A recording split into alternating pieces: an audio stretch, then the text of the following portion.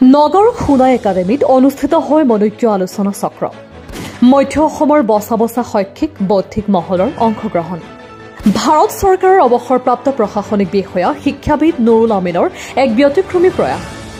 বহু অৱসৰপ্ৰাপ্ত প্ৰশাসনিক বিষয়া, অভিযান্ত্ৰিক বিষয়া, আৰক্ষী বিষয়া আৰু শিক্ষাবিদৰ অংশগ্ৰহণ এই মনোজ্ঞ আলোচনা চক্ৰত। সোণাই একাডেমীৰ অধ্যক্ষ মিৰাণ হাদি হুছেইনৰ সঞ্চালনাত অনুষ্ঠিত হোৱা গাম্ভীৰ্যপূৰ্ণ অনুষ্ঠানত জুৰিয়া মহাবিদ্যালয়ৰ প্ৰবক্তা ডক্টৰ আলবিন মুস্তাকে প্ৰদান কৰে উদ্বোধনী আদৰণি ভাষণ।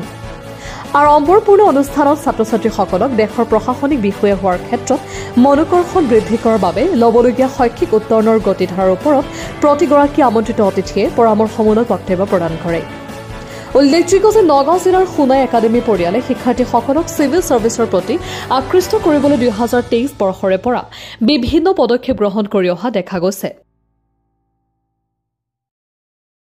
চিন্তিত হেতু হৈছে আজি স্বাধীনতাৰ পিছত ৭৭ বছৰ পাৰ হৈ গ'ল। অসমত সেই সজাগতাটো নাহিলে। আমাৰ অসমীয়া পিতৃ মাতৃসকলে নাভাবিলে যে আমাৰ সন্তান এদিন IAS অফিচাৰ হ'ব, IPS অফিচাৰ হ'ব, ভাৰতৰ বিভিন্ন প্ৰান্তত গৈ সেই ৰাজ্যসমূহত জিলা অধিপতি হ'ব। এই কথাটো আমি পিতৃ মাতৃসকলেও ভবা নাই, শিক্ষাগুৰুসকলেও ভবা নাই, আৰু হয়তো সমাজ সচেতন মানুহখিনিয়েও এই বস্তুটোৰ পৰা দূৰত আছে, আঁতৰি আছে তেওঁলোক। গতিকে আমাৰ উদ্দেশ্য যে আমি এই কথাটো আমি কাণে কাণে ক'ব খোজোঁ, প্ৰত্যেকজন অসমীয়াৰ কাণত পেলাব খোজোঁ যে আমি এতিয়া আৰু দেৰি নকৰাকৈ আমি ভাৰতীয় প্ৰশাসনীয় বিষয় যিটো IAS, IPS, IFS, RS, IRS এই ক্ষেত্ৰত আমি অতি দ্ৰুত গতিৰে আমি অসমত এই খবৰটো আমি চবৰ কাণত ক'ম আৰু এটা সজাগতাৰ সৃষ্টি কৰিম। আৰু ইয়াৰ ফলস্বৰূপে আমাৰ নৱপ্ৰজন্ম তেওঁলোকক আমি আকৃষ্ট কৰিম যে এতিয়ালৈকে যিসকলে ডক্টৰ ইঞ্জিনিয়াৰৰ কথা ভাবি আছিলে সেইসকলে এতিয়া IAS, IPSৰ কথা ভাবক। আমি ভাবোঁ যে আমি অতদিনে মাত্ৰ ভবাহে নাই, যদি ভাবিলোহেঁতেন তেতিয়াহ'লে আমিও আমাৰ ভাগৰ 35টা IAS অফিচাৰৰ যিটো পোষ্ট সেইটো আমি পূৰণ কৰিব পাৰিলোহেঁতেন। এই উদ্দেশ্য ৰাখিয়ে আজি 200 মানুহৰ 200 বিশেষ ব্যক্তিক মাতি আনি তেখেতসকলৰ হৃদয়ৰ খবৰ আমি ল'লোঁ। আমি কিনো ভাবিছোঁ এই সম্বেদটো তেওঁলোকৰ আগত প্ৰচাৰ কৰিলোঁ।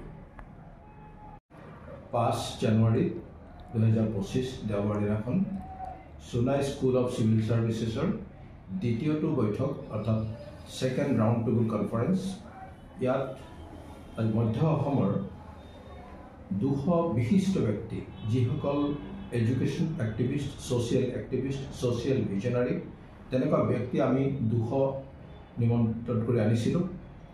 আজি অনুষ্ঠানত এতিয়া মোৰ লগত বহি আছে মোৰ বাওঁহাতে জনাব আব্দুল কুদ্দুছ, ৰিটায়াৰ্ড SP সাহেব।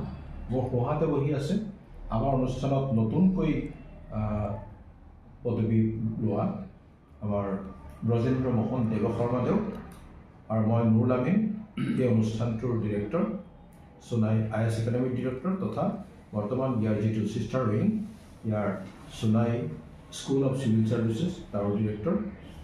এই অনুষ্ঠানটোৰ আচলতে এটা এইখিনি মানুহ, যিখিনি মানুহে অসমৰ এটা সুন্দৰ ৰূপত ভাৰতবৰ্ষৰ এখন সুন্দৰ ৰাজ্য হিচাপে সাংস্কৃতিকভাৱে, অৰ্থনৈতিকভাৱে, শিক্ষাগত দিশত প্ৰতিষ্ঠা কৰিবলৈ যি সপোন আমি দেখিছোঁ, তাতে আমি দেখিছোঁ যে ভাৰতীয় প্ৰশাসনীয় বিষয়াৰ ক্ষেত্ৰত অসমৰ যিটো ভাগ সেইটো আজি অত বছৰে পূৰণ হোৱা নাই। এইকাৰণেই যে অসমত তাৰ সজাগতাৰ অভাৱ।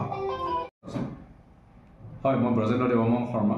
মই সোণাই একাডেমীত কোঅৰ্ডিনেটৰ হিচাপে জইন কৰিছোঁ, আৰু মোৰ ইচ্ছা আৰু উদ্দেশ্য হ'ল যে এই বৃহত্তৰ অঞ্চলত, বিশেষকৈ নগাঁও জিলাত স্কুল পৰ্যায়ৰ পৰা ছাত্ৰ ছাত্ৰীৰ মাজত যাতে আমি IAS বা সৰ্বভাৰতীয় পৰ্যায়ৰ কম্পিটিটিভ পৰীক্ষাৰ কাৰণে প্ৰস্তুতি চলাব পাৰোঁ, তাৰ সজাগতা আনিব পাৰোঁ, সেইটোৱে আচলতে আমাৰ চেষ্টা হ'ব। আৰু মোৰ ইচ্ছা বা আশা আৰু সম্পূৰ্ণ বিশ্বাস আছে যে আমাৰ এই অঞ্চলৰ ছাত্ৰ ছাত্ৰীৰ যিখিনি টেলেণ্ট আছে সেই টেলেণ্টখিনিক যদি আমি ব্যৱহাৰ কৰোঁ আৰু সময় উপযোগীভাৱে যদি শিক্ষা দিব পৰা যায়, আমি নিশ্চয় সোণাই একাডেমীৰ পৰা ভৱিষ্যতে আমি IAS উলিয়াব পাৰিম আৰু আমি সৰ্বভাৰতীয় পৰ্যায়ত এই অনুষ্ঠানটো জিলিকি উঠিব। এইখিনি মোৰ ইচ্ছা।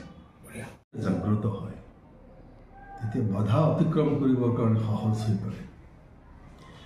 দেখা গৈছে ইয়াত এই অনুষ্ঠান জাগ্ৰত অৱস্থা আছে আৰু লগতে লগ লাগিছে সমাজৰ বহু মানুহ যেতিয়া একত্ৰিত হৈ কিবা এটা কাম কৰিবলৈ লয়, সেই জইণ্ট ফ'ৰ্চ একত্ৰিত শক্তি অজেয় হৈ পৰে। গতিকে মই আশাবাদী যি ধৰণে আয়োজিত হৈছে আৰু তেওঁলোকে যিমান চেষ্টা কৰি আয়োজন কৰিছে, মানুহৰ লগত সংযোগ স্থাপন কৰিছে, ছাত্ৰ ছাত্ৰীক ইনস্পায়াৰ কৰিছে, ইয়াৰ সুফল নিশ্চয় ভাল হ'ব, আশাবাদী। Thank U.